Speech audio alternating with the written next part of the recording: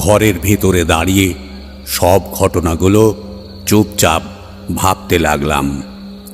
কিন্তু এসবের পেছনে আসল রহস্যটা কি তা কিছুতেই আমার মাথায় এলো না। রাত তখন বেশ গভীর হয়েছে, বাড়ির সকলে ঘুমিয়ে গেছে। খোলা জানালার বাইরে থেকে একটা হাওয়া এসে ঘরে ঢুকে কিরকম যেন শরীরে একটা কাপ ধরিয়ে দিচ্ছিল মাঝে মাঝে। দূর থেকে ভেসে আসছে শীতার্ত শেয়ালের ডাক। হঠাৎ একটা খসখস শব্দে আমার চোখ গেল জানালার বাইরে। যা দেখলাম সে দৃশ্য কখনো ভোলার নয়। আমার ঘরের জানালার ঠিক বাইরে অন্ধকারে গা মিশিয়ে কেউ যেন দাঁড়িয়ে, কালো কুচকুচে একটা মানব অবয়ব। তবে এ দেহ আর যাই হোক, কোনো রক্ত মাংসের মানুষের হতে পারে না। সব থেকে বীভৎস বোধ হয় তার ওই দুই চোখের দৃষ্টি, যেন পাতাল গহ্বরে চিরকাল ব্যাপী জ্বলতে থাকা আগুনের কুণ্ড স্থান পেয়েছে ওই দুই চোখে।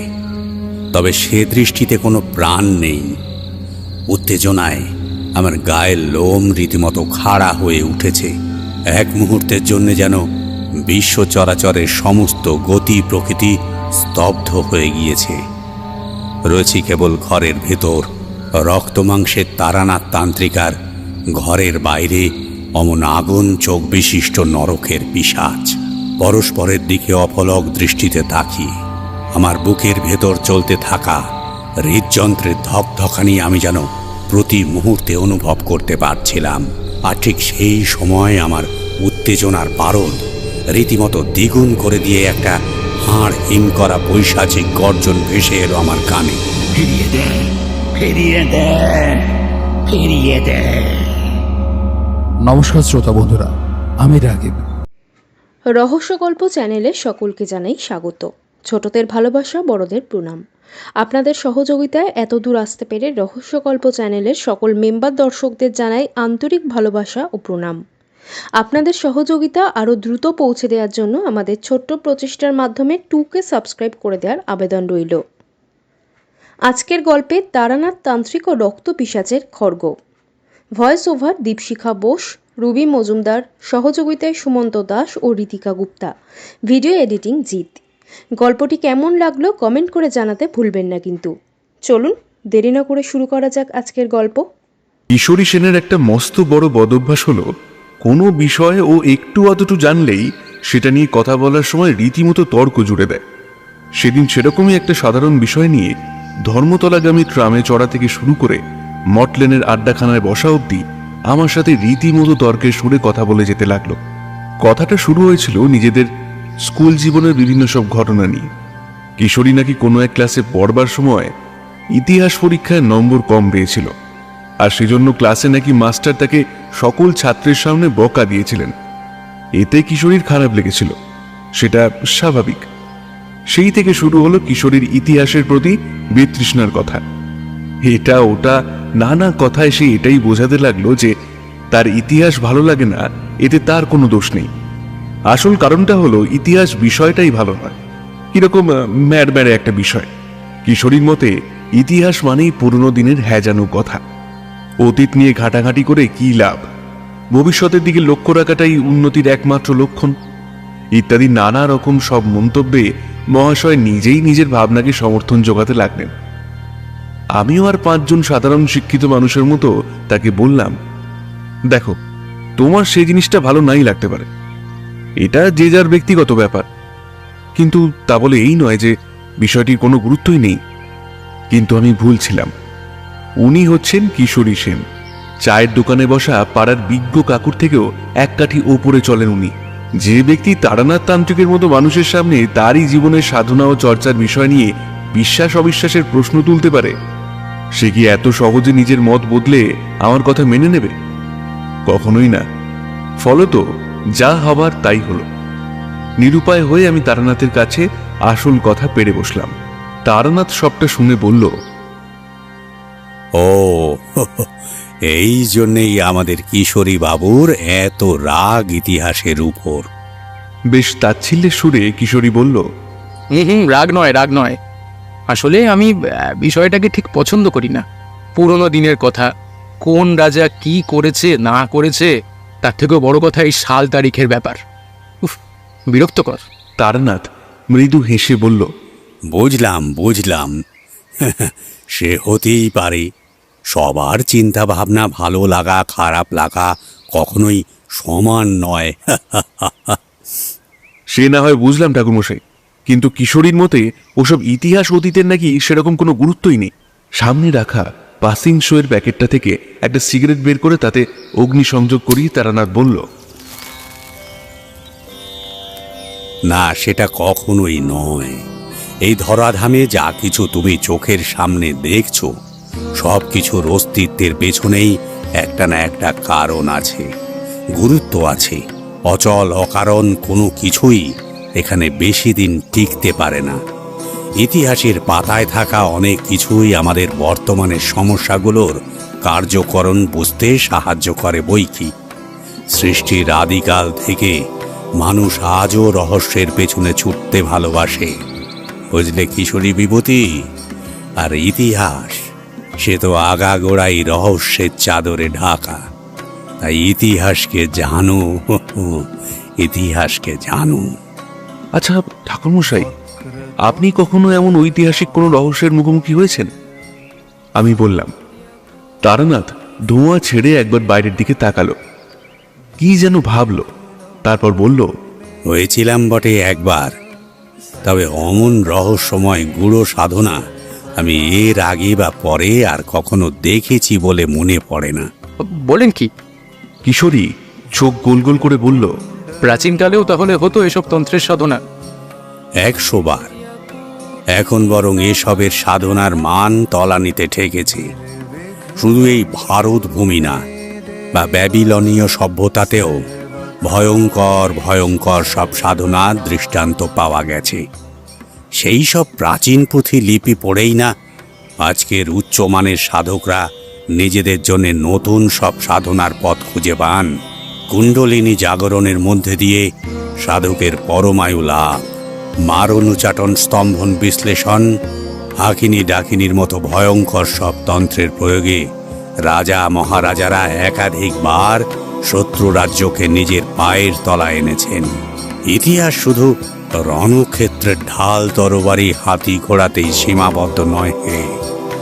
অসহায় দুর্বল রাজার পক্ষে ক্ষমতাবান শাসককে পর্যুদস্ত করবার একটা উপায় ছিল গোপনে এসব গূঢ় সাধনা করা।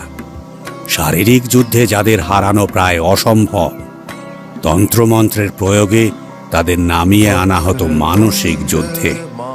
প্রাচীন সাধনার সেসব ইতিহাস তোমরা আজকালকার দিনের ছেলেরা কল্পনাও করতে পারবে না হে।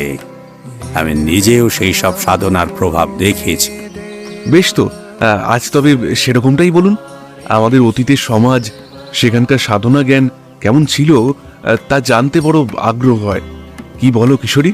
কিশোরী সেন এবারে মাথা নেড়ে আমার কথায় সম্মতি জানালো। আর সম্মতি না জানিয়ে উপায় কোথায়?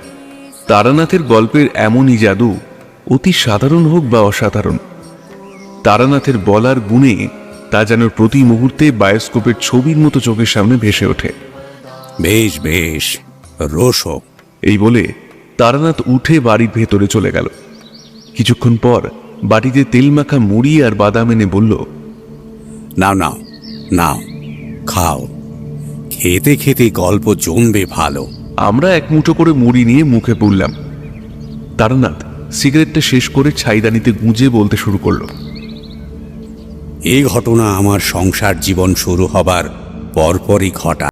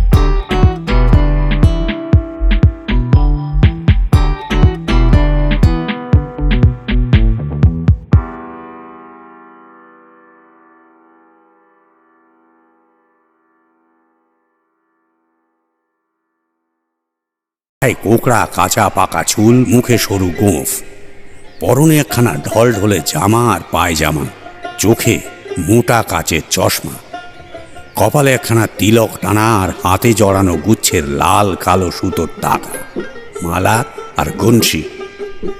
5 আঙুলে বোধহয় 6-7 রকমের আংটি জড়ানো। বয়স বা বেশভূষা যেমনই হোক, লোকটার মধ্যে নিজেকে বেশ পরিপাটি রাখার একটা ব্যাপার রয়েছে। ভদ্রলোক যে কোনো সমস্যায় পড়ে এসেছেন তার বলে দিতে হয় না। এমনিতেও এমন ভর দুপুরে অজানা অচেনা কোনো ব্যক্তি তো আর নেহাত খোশ গল্প করবার জন্যে তারানাথ চক্রবর্তীর বাড়ি আসবে না।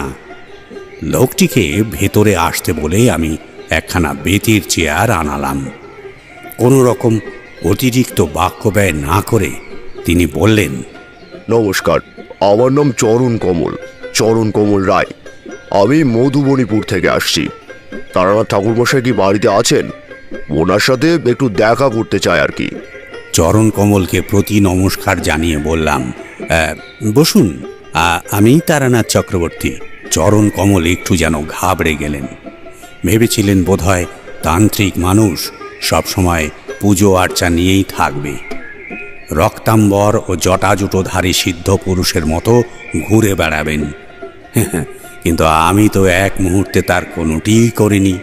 উল্টে আদর্শ সংসারী মানুষের মতো পেট মোটা করে দাওয়ায় বসে আছে। যাই হোক, দুজনে মুখোমুখি বসলাম। মধুবনীপুর বলতে এখান থেকে উত্তরে ওই 4টে গ্রাম পরেই তো। কিন্তু আপনাকে তো মধুবনীপুরের বাসিন্দা বলে মনেই হচ্ছে না। শহরে ব্যবসা ট্যাবসা করেন বোধ করি।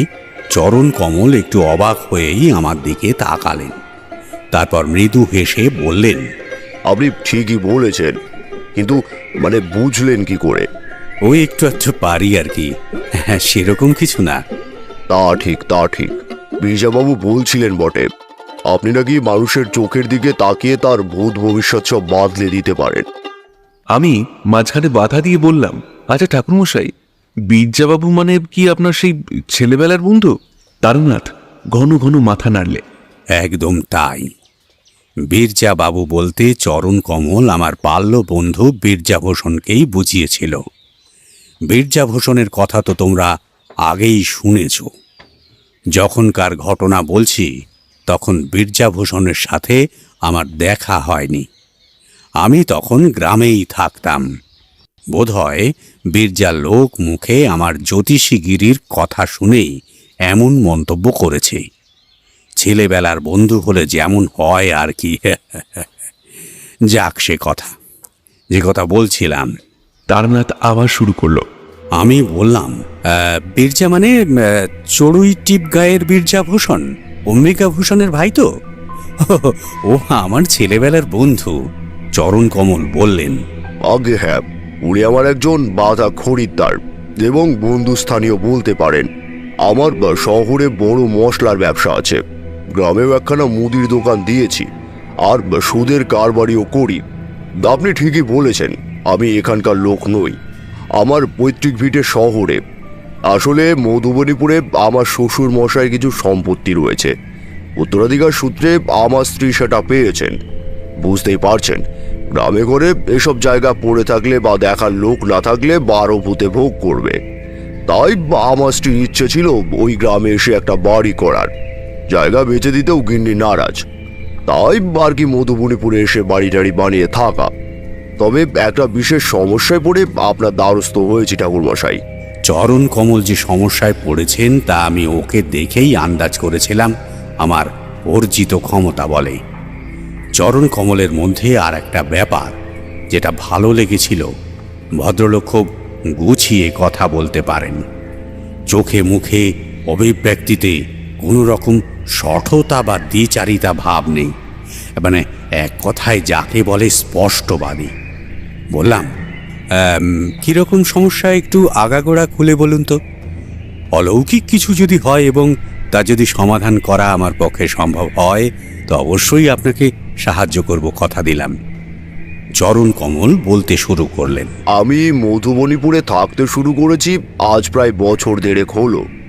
যে জায়গাটায় বাড়ি তৈরি মানে আমার স্ত্রী যেটা উত্তরাধিকার সূত্রে পেয়েছেন সেটা বরাবরই অনাবাদি ঘাসে ঢাকা আর মাঝে মাঝে জলা জমি ছিল। তো নতুন করে মাটি ফেলে উঁচু করে আবার বাড়ি তৈরি করতে হয়। জায়গাটা মধুবনীপুর থেকে একটু পশ্চিমে। যাই হোক, সেটা বড় কথা নয়। সমস্যা শুরু হলো বছর খানেক আগে থেকে। একদিন রাতে যথারীতি ঘুমিয়ে আছি। তখন রাত বেশ গভীর মনে আছে। হঠাৎ কোথাও কিছু নেই, দরজায় দুমদাম ধাক্কার শব্দ। ঘুম ভেঙে গেল। এত রাতে আবার কে, কারো কিছু বিপদ আপদ হলো নাকি, এই ভেবে ঘর থেকে বেরিয়ে বারান্দা দিয়ে গিয়ে দরজা খুললাম। কিন্তু না, বাইরেটা ঘুটঘুটে অন্ধকার ছাড়া আর কিছুই নেই। একটু অবাক হয়ে এদিক ওদিক তাকালাম, হাঁক দিলাম, কে কে আছে বাইরে? কিন্তু সেই ধাক্কার উৎস কিছুতেই জানতে পারলাম না। অগত্যা সেটা হাওয়ার শব্দ ভেবে দরজা আবার আটকে দিয়ে দু পায়ে এগিয়েছি। আবার সেই একই রকম দুমদাম শব্দ। বিরক্ত হয়ে আবার ঘুরতেই আচমকা কানে এলো গিন্নির আর্তনাদ। ওটা কি? ও বাবা গো, ও গো, তুমি কোথায়? দরজা না খুলে আমি ছুটলাম ঘরের ভেতর।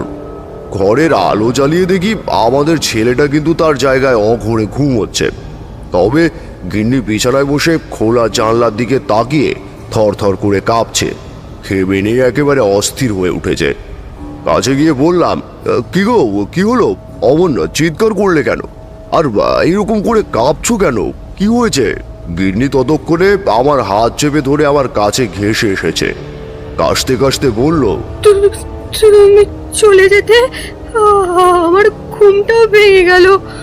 বিছানায় উঠে বসেছি, ভাবছিলাম বাইরে গিয়ে দেখবো কি না কে এসেছে। হঠাৎ কি মনে হতেই ওই ও পাশের খোলা জানলার দিকে তাকালাম। দেখি ওই লোহার শিকগুলো ধরে কি কেউ যেন জানলায় একদম মুখ লাগিয়ে তাকিয়ে আছে ঘরের ভেতর। আমি বললাম, কে তাকিয়েছিল? চিনতে পেরেছো? গিন্নি ঢোক গিলে বলল, না, জানি না। হাত মুখ সব কালো অন্ধকারে ঢাকা, শুধু লোহার শিকটার দুই পাশে দুটো লাল চোখ যেন কাঠ কয়লার মতো দগদগে হয়ে জ্বলছে। উফ, কি ভয়ানক! গিন্নির কথা শুনে একবার খোলা জানলার কাছে গিয়ে দেখার চেষ্টা করলাম। বুঝলেন ঠাকুর মশাই, কিন্তু বাইরে অন্ধকার ছাড়া কিছুই দেখতে পেলাম না। দূরের কাশবন থেকে শিয়ালের ডাক আর ঝিরঝিরে হাওয়ার শব্দ ছাড়া আর কিছুই নেই। গিন্নি আমাকে জিজ্ঞেস করলো, বাইরে কে ছিল গো? আমি বললাম, কেউ না, সেদিনের রাতটা তারপর মোটামুটি নির্বিঘ্নেই কাটলো। আমি প্রথমটা ভেবেছিলাম চোর ছেচোরদের কাজ, কিন্তু আমার গিন্নি ওই গায়ের মেয়ে। সে বলল, এমন সমস্যা এই গায়ে সে আগে কখনো শোনেও নি, দেখে তো নেই। পাড়ার লোকেদের সাথেও সকালে কথাবার্তা বললাম, সকলেই একমত। এ গায়ে আর যাই হোক, চুরি চামারি আগে কখনো এমন হয়নি। বয়োজ্যেষ্ঠ অনেকে বললেন, আমার শ্বশুরের জায়গাও নাকি আগে কেউ একটা খুব ব্যবহার করেনি। নতুন জায়গায় বাড়ি, হয়তো খারাপ হাওয়া লেগেছে। আমার গিন্নিও এটাই আসল কারণ বলে মেনে নিল। ও বরাবরই একটু ভূত টুতে বেশি ভয় পায়। তাই বাড়িতে একটা সত্যনারায়ণ পুজো করলাম। ভাবলাম এবার হয়তো আর অমন ঝামেলা টামেলা হবে না। কিন্তু তার মাসখানেক পর আবার সেই একই ঘটনা ঘটল। আর এবার সেই ভয়ঙ্কর দৃশ্য দেখল আমার ছোট ছেলেটা। সেই একই রকম দরজায় ধাক্কা। আমি বেরিয়ে যেতাম আর ওরা জানলার বাইরে অমন দৃশ্য দেখত। হ্যাঁ, যে সময়ের কথা বলছি সেটা গরমকাল, তাই বুঝতেই পারছেন, মানে রাতে জানলা খুলে শুতে হতো আর কি। তবে সমস্যা শুধু এটা না, এর সাথে শুরু হলো আর এক নতুন ঝামেলা। ছেলেটা আমার মাঝে মাঝে ঘুমের মধ্যে অদ্ভুত সব স্বপ্ন দেখা শুরু করলো।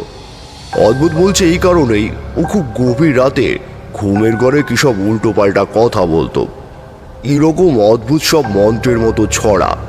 মাঝে মাঝে চোখ বুঝেই হাত পা ছুড়ে বলতে লাগলো,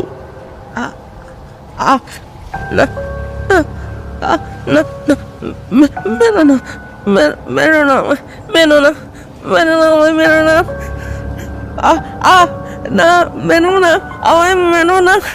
আর তার সাথে বিকট কান ফাটানো আর্তনাদ, যেন তার স্বপ্নের মধ্যেই কেউ তাকে মেরে ফেলছে খুব কষ্ট দিয়ে। ছেলেটা আমার চোখ বুজে বিছানায় রীতিমতো ছটফট করে ঠাকুরমশাই। কোনো বাবা মা কি তার চোখের সামনে ছেলের এ অবস্থা দেখতে পারে বলুন? তবে কি জানেন, আমি একটা জিনিস লক্ষ্য করেছি। সব ঘটনার মধ্যে একটা কিরকম নিয়ম মাফিক ব্যাপার রয়েছে। এই যেমন ধরুন, প্রতি মাসের কৃষ্ণপক্ষের 15 দিনই কেবল এইসব অদ্ভুত সব সমস্যার মুখোমুখি হতাম আমরা, প্রায় প্রতিদিনই বলতে পারেন। তবে সব থেকে ভয়ঙ্কর যেটা হতো সেটা হতো 8 দিনের মাথায়। চরণ কমল এটা বলার পর থামলেন। তাকে একটু জল দিয়ে বললাম, কৃষ্ণপক্ষের অষ্টমী মানে কালা অষ্টমী তিথিতে? সেদিন রাতেই হওয়াটা স্বাভাবিক। আচ্ছা, কি হতো সেদিন রাতে? অলৌকিক কিছু কি দেখতে পেতেন? এখানে তোমাদের বলে রাখি, সাধনার যে কোনো ক্রিয়ায় তিথি নক্ষত্রর ঠিক থাকা অত্যন্ত গুরুত্বপূর্ণ। তার মধ্যে একটা হলো কালাষ্টমী তিথি, অর্থাৎ কৃষ্ণপক্ষের অষ্টমী তিথি। সাধনার অনেক জটিল ও গূঢ় ক্রিয়ার সমাপন হয় এই তিথিতে। যাক, ছাড়ো সেসব কথা। আমার প্রশ্নের উত্তরে চরণ কমল একটু জল খেয়ে থিতু হয়ে বললেন, হ্যাঁ ঠাকুরমশাই, অনেকটা সেটাই। রাতে ঘুমিয়ে আছি, আচমকা একটা বীভৎস চিৎকারে ঘুম ভেঙে গেল। ধর্মর করে বিছানায় উঠে বসলাম। ভালো করে কান পেতে শুনলাম, বাইরে কেউ যেন খুব চাপা ঘ্যার ঘ্যারে গলায় বলছে, ফিরিয়ে দে, ফিরিয়ে দে, ফিরিয়ে দে।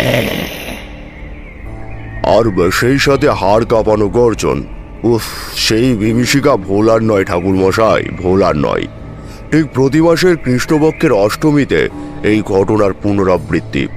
প্রথমটা চেয়েছিলাম বাইরে বেরিয়ে দেখি কে এমন করছে, কিন্তু আমার গিন্নি আমাকে এক প্রকার মাথার দিব্যি দিয়ে আটকে রেখেছিল। তবে আমি নিশ্চিত ও গলা কোনো মানুষের নয় ঠাকুরমশাই। মানুষের গলা এত বিভৎস হতে পারে না ঠাকুরমশাই। আজ একটা বছর এই বিভীষিকা বয়ে রাত কাটাচ্ছি, অথচ এর কারণ বা সমাধান কোনোটাই মেলেনি, বিশ্বাস করুন। কি হচ্ছে, কেন হচ্ছে কিছুই বুঝতে পারছি না। স্ত্রী পুত্র নিয়ে সংসার, ছেলেটাও আমার বারবার ওরকম স্বপ্ন দেখতে দেখতে এখন রাতে ঘুমোতেই ভয় পাই। ব্যবসা হয়তো করি ঠাকুরমশাই, তবে বিশ্বাস করুন কোনো কালেই কাউকে ঠকিয়ে খাওয়ার কথা ভাবিনি। কিন্তু এমন সব অদ্ভুত অলৌকিক ভুতুরে সব ব্যাপার নিয়ে কতদিন বাঁচবো ঠাকুরমশাই? তাই আপনার কাছে ছুটে আসা। আপনার দুটি পায়ে পড়ি ঠাকুরমশাই, আমাকে ফিরিয়ে দেবেন না, একটু সাহায্য করুন, বাঁচান আমাদের ঠাকুরমশাই, বাঁচান। চরণ কমলের চোখে জল। তার কাঁধে হাত রেখে তাকে সান্ত্বনা দেওয়ার চেষ্টা করলাম। সত্যি বলতে এই সমস্যার কারণ কি তাই তখন আমি পুরোপুরি আন্দাজ করতে পারিনি। তবে চরণ কমল যা বলছে তা মোটেও অবহেলা করা যায় না। বলা বাহুল্য, যে সমস্যা এমন দীর্ঘ সময় ধরে চলছে তার থেকে চরণ কমলের পরিবারকে বাঁচাতে হবে, না হলে তা ভবিষ্যতে ভয়ানক আকার ধারণ করতে পারে। কিন্তু সব থেকে আগে যেটা দরকার সেটা হলো এসবের পেছনে আসল কারণটা জানা। চরণ কমলকে আশ্বাস দিয়ে বললাম, বেশ চরণ কমল বাবু, আপনি কোনো চিন্তা করবেন না, আপনি নিশ্চিন্তে থাকুন। আমি পরশু যাব আপনার বাড়ি। চরণ কমল ধন্যবাদ জানিয়ে বিদায় নিলেন। আকাশের দিকে তাকালাম, বেলা পড়ে আসছে ধীরে ধীরে। তারা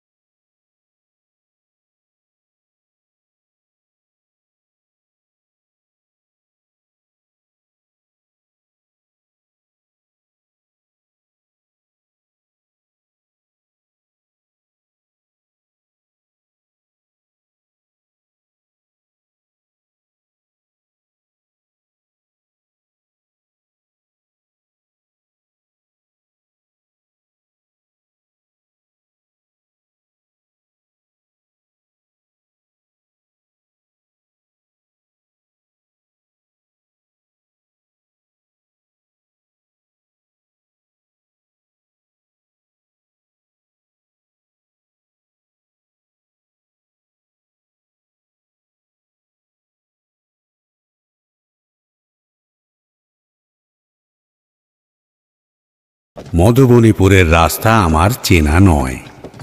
কথা মতো একদিন পর আমি আমার জিনিসপত্র যা লাগবে তা মোটামুটি একটা বিবেচনা করে নিয়ে চললাম চরণ কমলের বাড়ির উদ্দেশ্যে।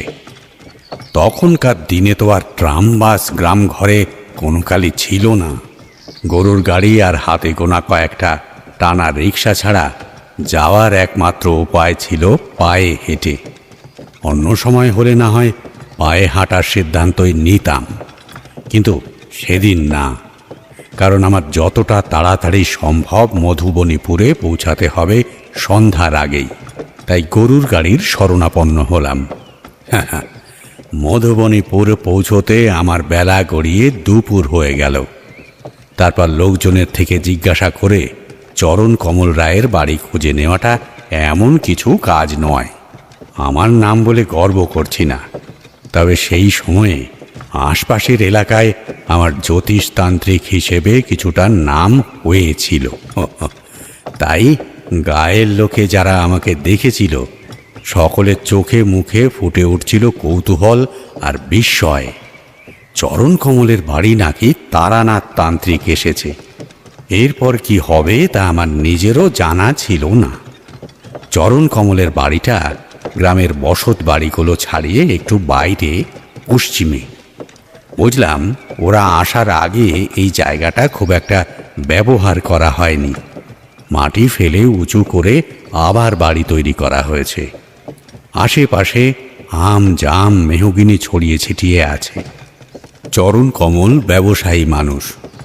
গায়ের একমাত্র পাকা বাড়িখানাই তার, একতলা বাড়ি, আর তা পাঁচিল দিয়ে ঘেরা।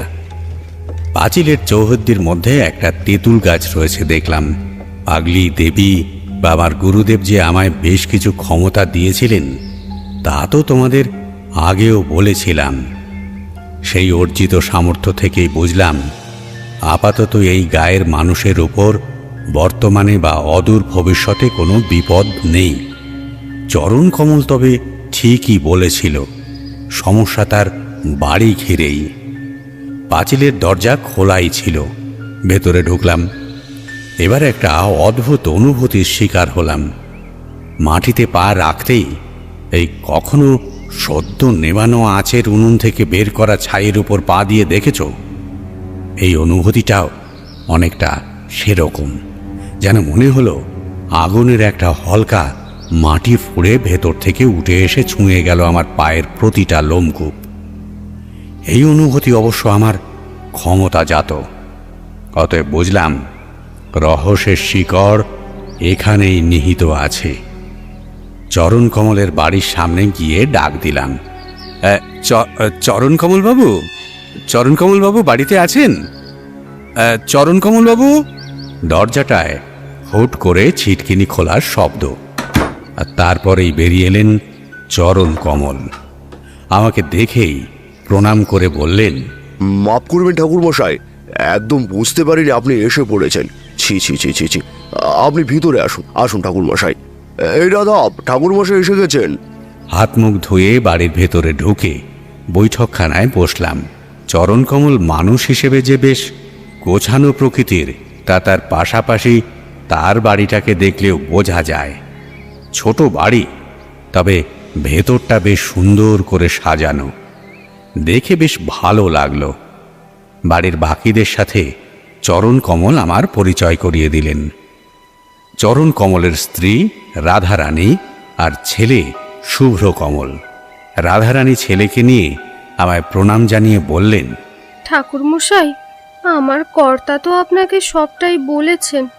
এখন আপনি আমাদের একমাত্র আশা ঠাকুর মশাই, আমাদের রক্ষা করুন। তাকে আশ্বস্ত করে বললাম, চিন্তা করবেন না মা, চিন্তা করবেন না মা, আমি এসেছি যখন কিছু না কিছু ব্যবস্থা করেই যাব।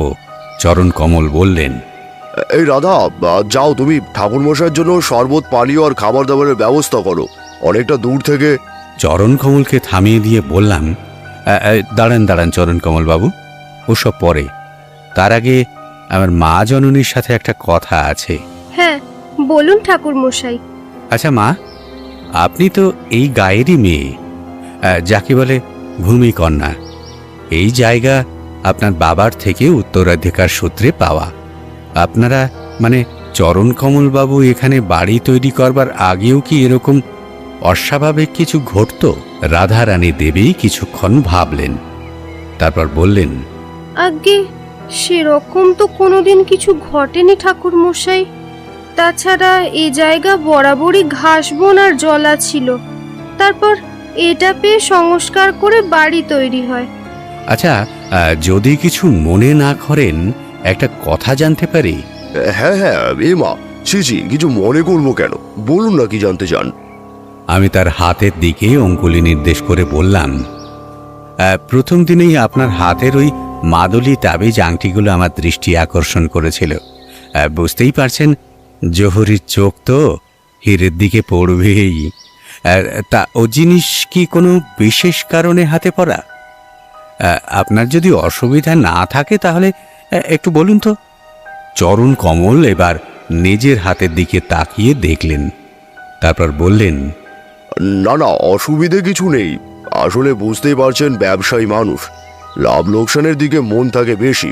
তাই শহরের এক জ্যোতিষকে দেখিয়ে কিছু গ্রহরত্ন ধারণ করেছিলাম আর কি। সত্যি বলতে কতটা কাজ হয় নিজেও জানি না।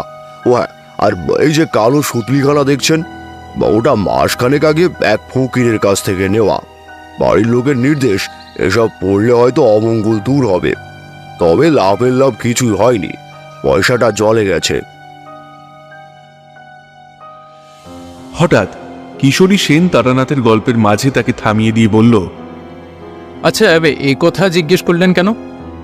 না মানে এর সাথে কি ঘটনাটার কোনো সম্পর্ক? তারানাথ মৃদু হেসে মাথা নেড়ে বলল, সম্পর্ক নেই, আর সম্পর্ক না থাকাটাই অনেক বড় সম্পর্ক হে। আমি অবাক হয়ে বললাম, তার মানে? তারানাথ বলে চলল, চরণ কমল আর রাধারানীর কথা শুনে অন্তত এটুকু বুঝলাম, এদের নিজস্ব কোনো জন্ম বা ভাগ্যকুণ্ডলীজাত দোষের কারণে এসব হচ্ছে না। অতএব ব্যাপার রয়েছে বাস্তুভিটের মধ্যে, এবং সেটা কি তা আমাকে জানতেই হবে। চরণ কমলের বাড়িতে ফলাহারটা বেশ ভালো মতোই সারলাম।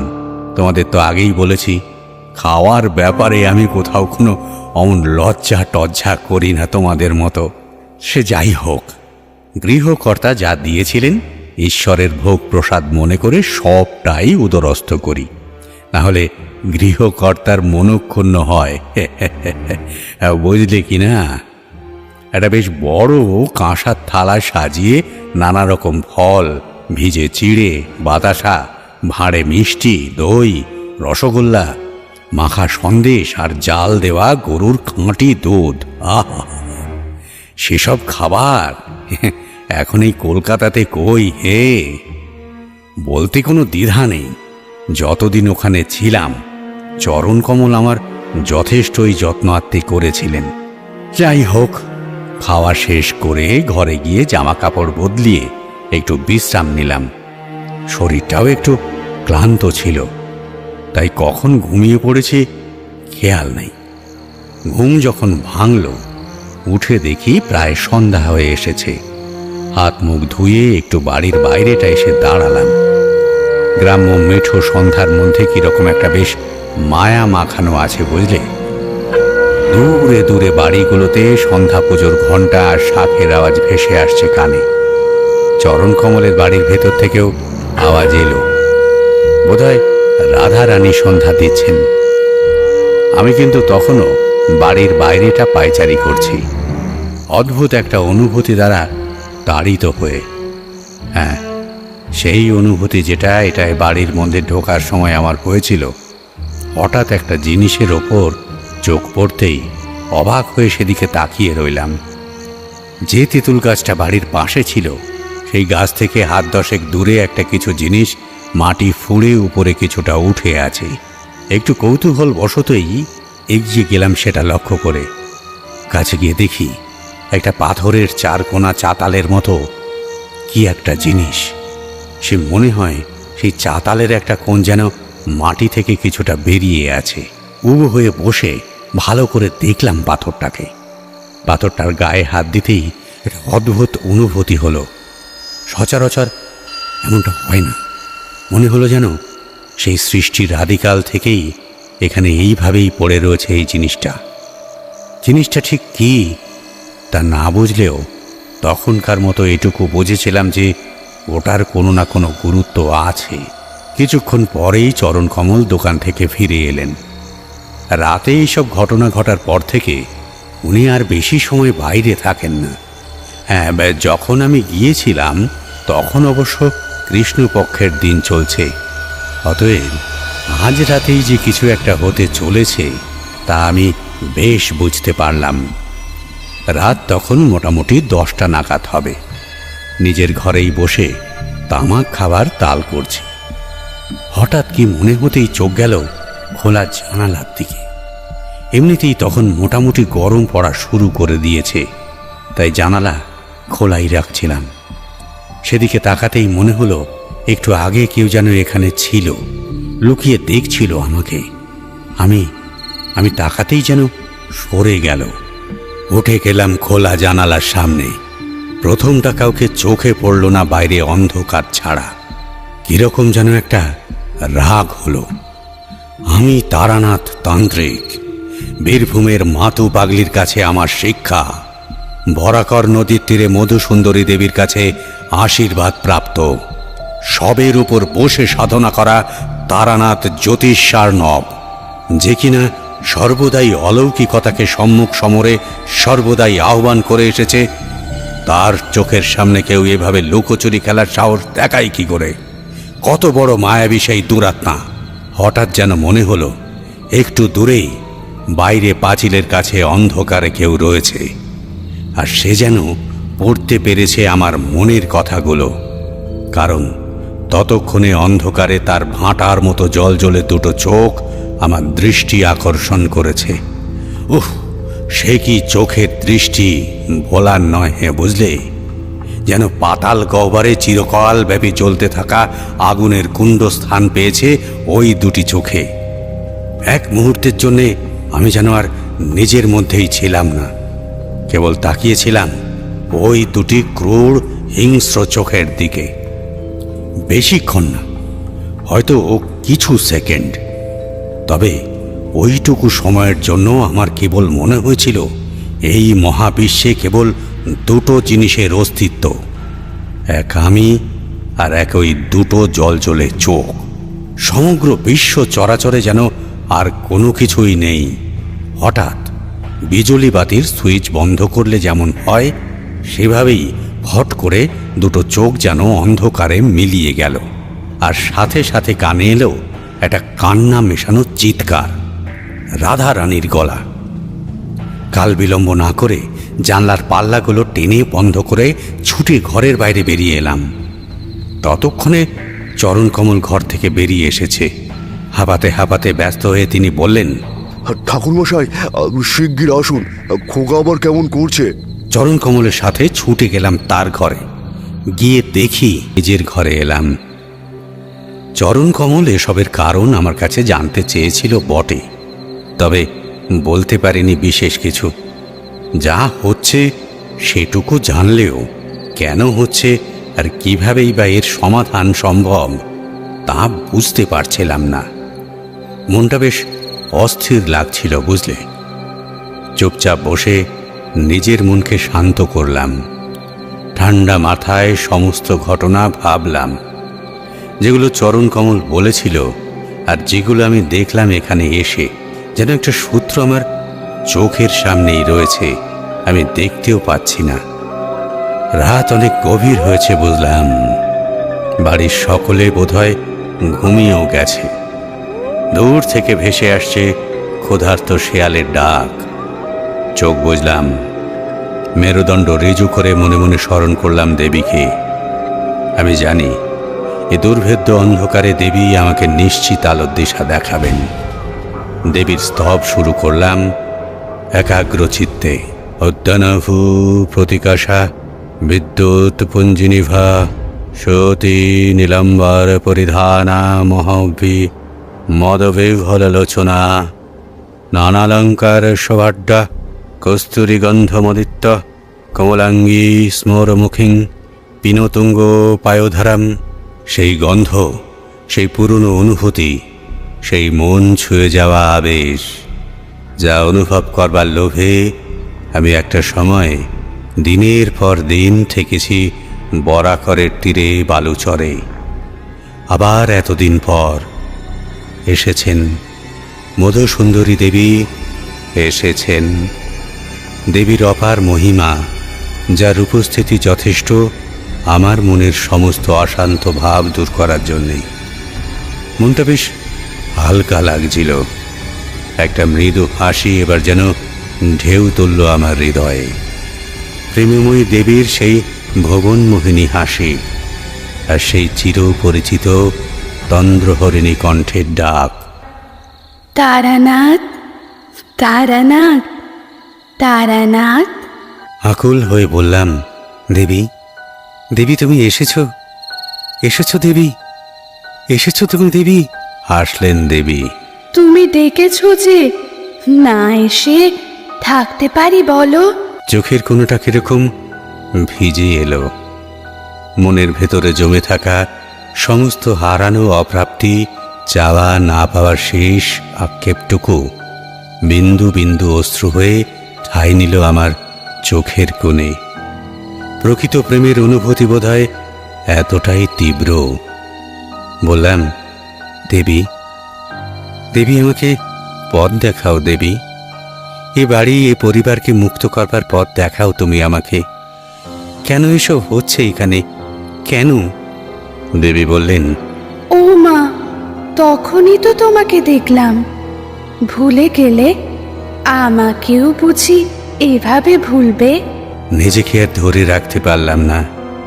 ডুকরে কেঁদে বললাম, দেবী, দেবী আমাকে তুমি কেন মায়ায় বাঁধলে দেবী? তোমাকে ছাড়া যে এই জীবন কিছুই না। আমাকে পথ দেখাও তুমি, পথ দেখাও। সাথে সাথে বুঝতে পারলাম একটা হাওয়া যেন এসে চারিদিক থেকে চেপে ধরল আমাকে। আর আমার কানে কানে দেবী বললেন, এ জীবন সব কিছু তারানাথ, সব কিছু। চিন্তা করো না, কাল সকালেই সব উত্তর তুমি পেয়ে যাবে।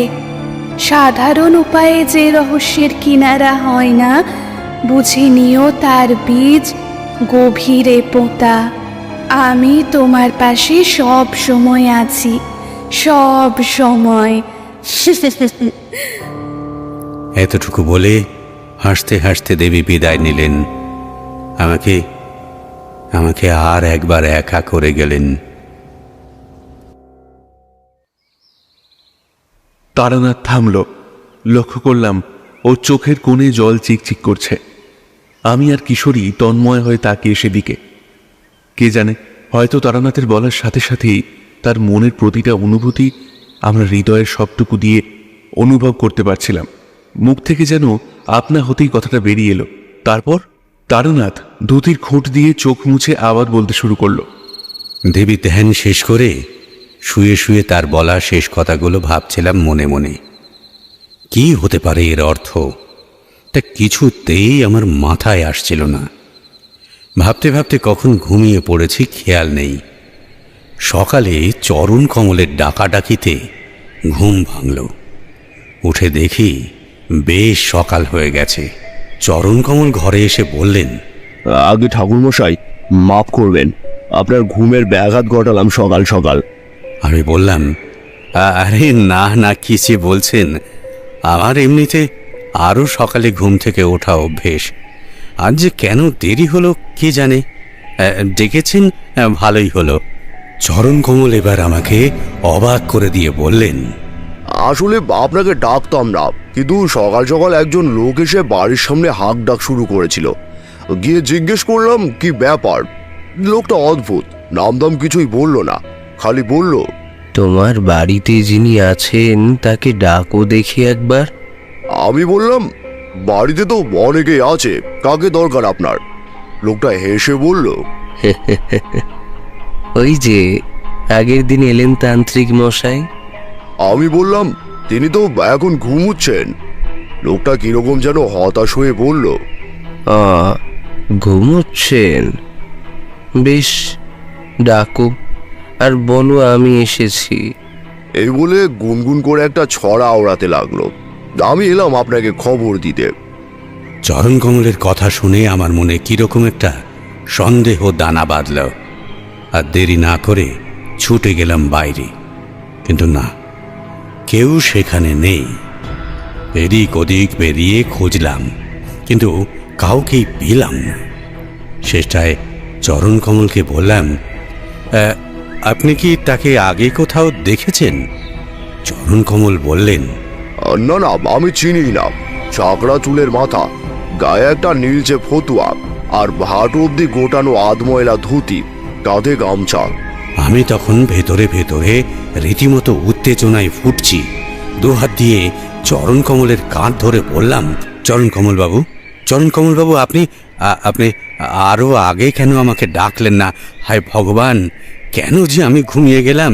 আচ্ছা, উনি কি ছড়া আউড়েছিলেন মনে করতে পারেন? চরণ কমল বেচারা আমার হাব ভাব দেখে একটু থতমত খেয়েছিলেন। তিনি বললেন, ছড়া কি যেন বলছিল। হ্যাঁ, মনে পড়েছে। মাথা দোলাতে দোলাতে বলছিলেন, তেঁতুল তলে ধরা তলে কানায় ঘুমায় ওই বাঁশিতে। নিঃশ্বাস ফেলে চরণ কমলকে বললাম, চরণ কমলবাবু, এই জিনিসটি বহু বহু যুগ ধরে এখানে এই মাটির নিচে পোতা ছিল। এই খড়গ কোনো সাধারণ খড়গ নয়, এ হলো পিশাচ সিদ্ধ। পিশাচের ক্ষমতা ধারণ করেছে এই খড়গ। যতদিন এখানে মানুষের বাস হয়নি, ততদিন এর প্রভাব কারোর উপর পড়েনি। আজ এত বছর পর এখানে এসে যখন আপনি থাকতে শুরু করলেন, এর খারাপ প্রভাব পড়ল আপনার উপর। চরণ কমল কতটা কি বুঝলেন জানি না, তবে দেখলাম পিশাচের কথা শুনে তার কপালে রীতিমতো ঘাম ছুটে গিয়েছে। কাঁপা কাঁপা গলায় তিনি বললেন, ঠাকুরমশাই, তাহলে এখন উপায়? আমি বললাম, অপেক্ষা করতে হবে পিশাচের আসার। পিশাচ? কথা সরছে না চরণ কমলের মুখ দিয়ে। আমি বললাম, হ্যাঁ, প্রতি মাসে কাল অষ্টমীর তিথিতে যে প্রেত তোমার বাড়িতে হানা দেয়, আমি নিশ্চিত এই খড়গে রয়েছে তার ক্ষমতা। এখন আমরা যতক্ষণ না এই খড়গ তার হাতে তুলে দেই, এর প্রভাব আপনার ওপর থেকে কাটবে না। জানি আপনার মনে এখন অনেক প্রশ্ন, তবে আমি পরে সব কিছুর উত্তর দিয়ে দেব। আপাতত আজ অষ্টমী, আর আমি যদি কিছু ভুল না করি, আজ রাতেই আসবে সেই পিশাচ। তৈরি থাকুন। সারাটা দিন অপেক্ষা করা ছাড়া আমাদের আর কিছুই করার ছিল না। খড়গটা আমার কাছেই ছিল, অদ্ভুত সেই অস্ত্র। এর যে কি ভয়ঙ্কর গুণ তা আমিই জানি। আং ঘ্রাং রিং গ্রং ইং উং কুরু কল্যাণাং বিপক্ষ ছেদং বিস্তরং এবমা মন্ত্র খড়গস্ত যদুদিশং ক্ষিপেন্নর চিত্তা চিত্তা পুনশ্চিত্তা গচ্ছাত কৃষত্বই পুণ্যং। আদি বৃহৎ তন্ত্রসার গ্রন্থে উল্লেখিত এই মন্ত্র এক গুপ্ত সাধন প্রক্রিয়া বর্ণনা করে। 50 আঙুল সমান অষ্টধাতু নির্মিত এই খড়গে মন্ত্র লিখে জপ করে একটা মরার উপর বসে হোম করতে হবে, অনেকটা সব সাধনার মতো। তারপর 1000 বার মন্ত্রোচ্চারণের পর সেই দেহ মাটির মধ্যে পুঁতে দিতে হবে। কাল অষ্টমী তিথিতে সেই মরা তুলে এনে চিতা সাজিয়ে বেলপাতা, মধুত্রয় ইত্যাদি দিয়ে হোম যজ্ঞ করলে এই খড়গে পিশাচের শক্তি স্থান পায়। তারপর সাধক মন্ত্র উচ্চারণ করে যার যার উদ্দেশ্যে এই খড়গ নিক্ষেপ করবেন, এই খড়গ তার রক্তমাংস কেটে হত্যা করে সেই উদ্দিষ্ট ব্যক্তিকে। এতটাই শক্তি এই খড়গে রয়েছে যা পৃথিবীর অন্য কোনো শক্তি একে রুখতে পারে না। স্বয়ং যোগমায়া মহিষমর্দিনী সাধনায় তুষ্ট হয়ে এই শক্তি সাধককে প্রদান করেন। এতক্ষণে ধীরে ধীরে সবটা পরিষ্কার হতে লাগলো আমার সামনে। তার মানে যে ব্যক্তিকে অতীতে এই খড়গ দ্বারা হত্যা করা হয়েছে তার বিদেহী আত্মা ভর করে চরণ কমলের ছেলে শুভ্র কমলের শরীরে, আর যে ব্যক্তির মরদেহ নিয়ে এর সাধনা সম্পূর্ণ হয়েছে তার অতৃপ্ত আত্মা হানা দেয় চরণ কমলের বাড়ি, ঠিক কালাষ্টমীর রাতে। আর আজ সেই কালাষ্টমীর রাত। আমি নিশ্চিত সেই পিশাচ আজ আসবেই চরণ কমলের বাড়ি। হলো ঠিক তাই। রাত তখন গভীর, কিন্তু কত গভীর তা খেয়াল নেই। আচমকা ঘরের জানলার পাল্লাগুলো দুমদাম শব্দ করে একবার খুলতে একবার বন্ধ হতে লাগলো, আর সেই সাথে বিকট ঝোড়ো হাওয়া ঘরে ঢুকে এসে অন্ধকারে সব কিছু উড়িয়ে লণ্ডভণ্ড করে দিল, যেন হাজার হাতির বল নিয়ে কোনো পৈশাচিক ঝড় এসে রীতিমতো উপড়ে ফেলতে চাইছে গোটা বাড়িটা। সেই সাথে কিসের একটা অপার্থিব বিকট গর্জন। বিছানায় উঠে বসলাম। দেয়ালের একপাশে দাঁড় করানো সেই মন্ত্রপ্রুত খড়গ একটা দীর্ঘ নিঃশ্বাস ফেলে উঠে গেলাম, কিন্তু খড়গের বাট ধরে সেটা তুলতে গিয়েও তুলতে পারলাম না, যেন আগের থেকেও অনেক গুণ ভারী হয়েছে সেটি। তারপর এক আশ্চর্য কাণ্ড ঘটে গেল। আমার চোখের সামনেই কালো অষ্টধাতুর খড়গের শানিত ফলা ধীরে ধীরে উজ্জ্বল লালচে হয়ে উঠল, গরম হয়ে উঠল তার সর্বাঙ্গ, যেন এইমাত্র কেউ তাকে আগুনে ঝলসে এনেছে। সে খড়গ যেন এই বিভীষিকাময় আঁধারে আরও সুন্দর হয়ে উঠেছে নিজের ক্ষমতা বলে। সেদিক থেকে চোখ ফেরানো যায় না। লাল গনগনে হয়ে রীতিমতো চোখ ধাঁধিয়ে দেওয়া পিশাচের সেই 50 অঙ্গুলি দীর্ঘের মন্তপ্রুত খড়গ সত্যি কি নারকীয় শক্তিতে এক অপার্থিব সৌন্দর্য রয়েছে বটে। কেবল তা দেখার চোখ থাকতে হয়। মনে মনে আরাধ্য দেবীকে প্রণাম জানিয়ে এবারে সেই খড়গ তুলতে সক্ষম হলাম। তবে তা প্রচণ্ড গরম আর ততোধিক ভারী। আমাকে যা করার তাড়াতাড়ি করতে হবে। খড়গ হাতে বেরিয়ে এলাম বাইরে। ভয়ে তখন ঘরের বাইরে বেরিয়ে এসেছে চরণ কমল, রাধারানী আর তাদের ছোট্ট ছেলে শুভ্র কমল। আর তার সাথেও যেটা যোগ হয়েছে সেটা বর্ণনা করার ভাষা আমার নেই। এমন হাড় হিম করা ভয়ঙ্কর গর্জন আমি খুবই কম শুনেছি। স্বর্গ মর্ত পাতাল ভেদ করে আসছে সেই ঐশাচিক গলার আওয়াজ। বেরিয়ে দাও, বেরিয়ে দাও, বেরিয়ে দাও। ভয়ে চিৎকার করে কেঁদে ফেলল শুভ্র কমল। রাধারানী কাঁদতে কাঁদতে বললেন, ঠাকুর মশাই, ঠাকুর মশাই, আমাদের বাঁচান, আমাদের বাঁচান ঠাকুর মশাই। তাদের সান্ত্বনা দিয়ে আমি বললাম, মা আপনি শুভ্র কমলকে নিয়ে ঘরে যান, ওকে আগলে রাখুন, বাইরে একদম আসবেন না। ভয় নেই, আমি আছি, আমি বলছি। আর চরণ কমল বাবু, আপনি আমার সঙ্গে আসুন। চরণ কমলকে নিয়ে আমি ছুটে বাইরের দিকে এলাম। পেছন থেকে তখনও শুনতে পাচ্ছিলাম রাধারানীর কান্না ভরা চিৎকার। হে ঈশ্বর, রক্ষা করুন, রক্ষা করুন ওনাদের। বাইরে এসে দেখি এক ভয়ানক দৃশ্য। চারিদিক থেকে একটা কালো চাপ অন্ধকার যেন ঘিরে ধরেছে চরণ কমলের গোটা বাড়িটা।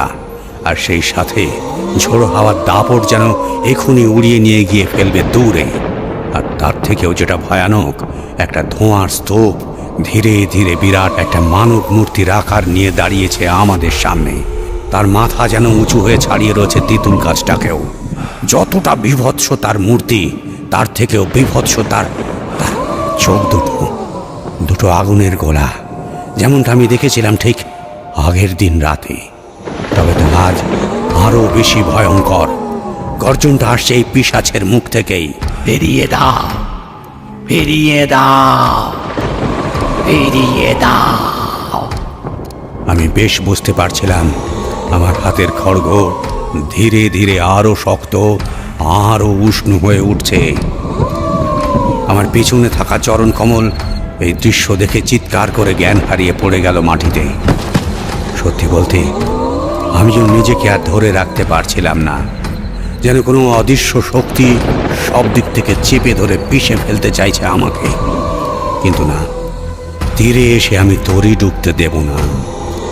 আমি মাতু পাগলির শিষ্য, মধু সুন্দরী দেবীর বর প্রাপ্ত তারানাথ জ্যোতিষার্ণ। সব থেকে বড় কথা, চরণ কমল আমাকে ভরসা করে এনেছে তাকে এই বিপদ থেকে উদ্ধার করতে। আমাকে আমাকে পারতেই হবে।